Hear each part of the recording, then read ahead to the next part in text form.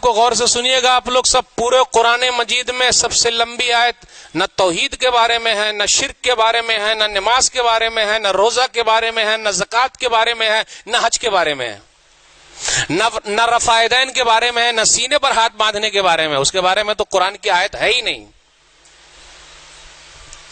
ارے جلدی مان بھی گئے سب. ارے جب پوری انرجی مولوی صاحب اسی پر لگاتے ہیں تو سب سے لمبی آیت ہونی چاہیے نا بھائی. پورے قرآن مجید میں سب سے لمبی آیت کون سی ہے؟ ارے میری اردو بہت ہارڈ ہو گئی مولوی صاحب، نہیں سمجھ میں آ رہی بات. پورے قرآن مجید میں توحید والی آیت لمبی نہیں ہے، شرک والی آیت لمبی نہیں ہے. سب سے لمبی آیت لین دین کے بارے میں ہے اور اس کو لکھنے کے بارے میں ہے. پورے ایک پیج ایک صفحہ کی آیت ہے پورا، کہ جب لین دین کرو تو اس کو لکھ لو. کتنے لوگ لین دین کرتے ہیں تو اس کو لکھ لیتے ہیں. ارے بھائی سے لیں گے تو لکھ لیں گے، ابا سے لیں گے تو لکھ لیں گے، رشتہ دار سے لیں گے تو لکھ لیں گے. کتنے لوگ تو بتاتے ہی نہیں ہیں.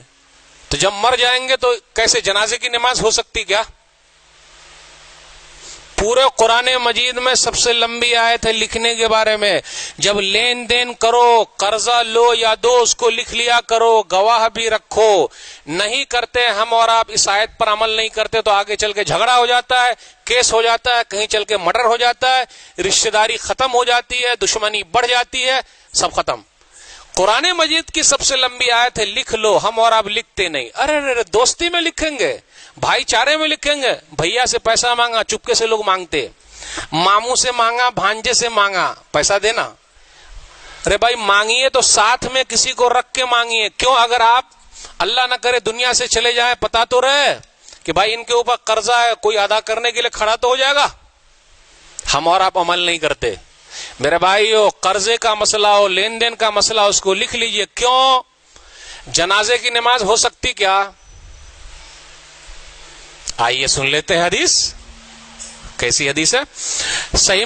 صحیح بخاری کتاب الکفالہ، کتاب نمبر 39، حدیث نمبر 2295. بہت ناراض ہے آج ہم سے. دیکھیے تو حدیث نمبر 2295. سلمہ بن اکوع رضی اللہ تعالیٰ عنہ کہتے ہیں کہ ایک جنازہ لایا گیا. غور سے سنیے گا.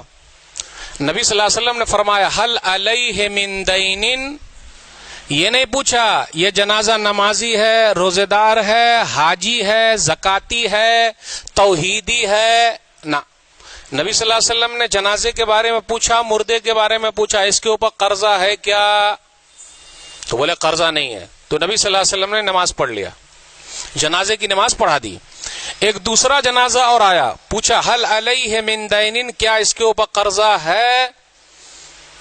تو کچھ لوگوں نے کہا کہ ہاں اس کے اوپر قرضہ ہے. اس حدیث سے یہ پتا چلا جب ہم اور آپ قرضے کا لین دین کریں تو ایک آدمی کو، دو آدمی کو گواہ بنا کے لکھ لے، تاکہ وہ مرنے کے وقت گواہی دے کہ ہاں ان کے اوپر قرضہ ہے.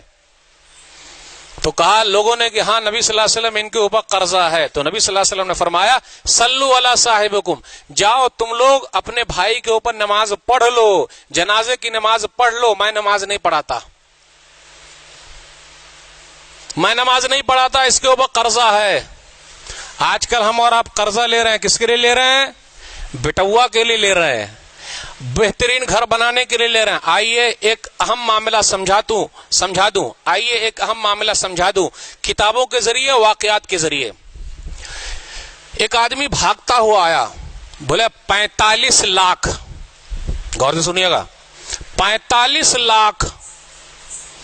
جنازہ تیار ہے، نماز ہو گئی ہے، دفن کرنا ہے. بولے 45 لاکھ. غور سے سنیے گا ذرا، 45 لاکھ. ایک بیٹا کھڑا ہوا، میں تو نہیں دے سکتا، میرے پاس کہاں ہے. دوسرا بیٹا کھڑا ہوا، میں تو نہیں دے سکتا، میرے پاس کہاں ہے. تیسرا بیٹا کھڑا ہوا، میں تو نہیں دے سکتا، میرے پاس کہاں ہے. بیٹی کو پتا چلا. ہم اور آپ بیٹی کے بارے میں کیا کہتے ہیں؟ یہ موٹا مال نہیں ہے، بیٹی ہی کام آتی ہے. یاد رکھیے گا غور سے، بیٹی کام آتی. بیٹی کو پتا چلا کہ بابا کی لاش کو ایک آدمی دفن نہیں ہونے دے رہا ہے. بولے نہیں. تو وہ بھاگتی ہوئی آئی اور 15 لاکھ کا زیور لے کے آ گئی. 15 لاکھ کا زیور لے کر آئی اور کہا اس آدمی سے کہ یہ 15 لاکھ کا زیور رکھ لیجئے, 15 لاکھ کا زیور رکھ لیجئے, اس کے بعد جتنا پیسہ باقی ہے 45 لاکھ میں پورا دے دوں گی, آپ رکھ لیجئے اور میرے ابا کو دفن ہونے دیجئے. غور سے سنیے گا اس کے بعد کیا ہوا. وہ آدمی پلٹی کھایا, بولے بھائیو سنو, 45 لاکھ لینا نہیں بلکہ میں 45 لاکھ اس مردے کو دینا چاہتا ہوں, میرے ذمے ہے, میں اس کو دوں گا, لیکن میں دوں گا تو کس کو دوں گا. تینوں بیٹوں کی حالت کیا ہوئی ہوگی, تینوں بیٹوں کی حالت کیا ہوئی ہوگی. میں سمجھ گیا یہ آدمی دنیا سے جا رہا ہے, اس کا وارث ایک ہی ہے, وہ ہے اس کی بیٹی. میں اب 45 لاکھ اس بیٹی کو دینے والا ہوں. میرے بھائیو, بیٹیاں وہاں کام آتی ہے جہاں بیٹے بھی کام.